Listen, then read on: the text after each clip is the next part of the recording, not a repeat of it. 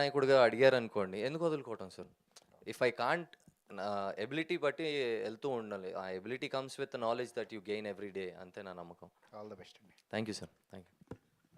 రాజేష్ గారు, సార్.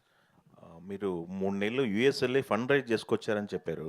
ఏంటి sir cinema budget ఏం బడ్జెట్ అనుకుని దిగారు? మధ్యలో ఏమైనా బడ్జెట్ ఇబ్బందులు వచ్చినాయా? మళ్ళీ ఫండ్ రైజ్ చేసుకోవాల్సిన అవసరం ఏమొచ్చింది?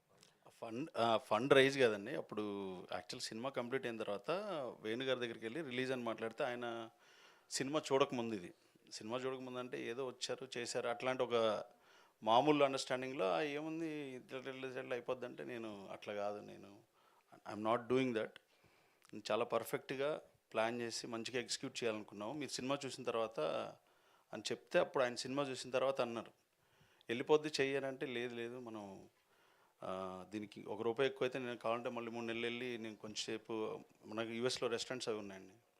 సో వెళ్ళి మళ్ళీ వస్తాను 3 నెలల తర్వాత కాకపోతే 6 నెలల తర్వాత నేను రిలీజ్ చేస్తాను, తొందర ఏం లేదని చెప్పాను దానికి. అంటే ఆయన అట్లా చెప్పారు. ఓకే, ఎట్లా ఉందండి టీజర్, ఎట్లా ఉందండి మీకు? టీజర్ గుడ్, బాగుందండి. Thank బాగా you. ప్రొడ్యూసర్ గారి క్యారెక్టర్ ఇవ్వాలని ఆయన పట్టుబట్టారా? కథ కోసం మీరు ఇచ్చారా? అస్సలు కాదు సార్, అస్సలు కాదు. అంటే ఇప్పుడు ఈ కథ రాస్తున్నప్పుడు తెలంగాణ మాండలింగ్కి సంబంధించి ఈయనే నాకు హెల్ప్ చేశారు. ఈయనే డైలాగ్ రైటర్ దీనికి. Okay, yeah. సో అది రాస్తున్నప్పుడు అంటే ప్రతి యాక్టర్ని మైండ్లో పెట్టుకొని వీళ్ళు ఎలా మాట్లాడతారు అని చెప్పేసి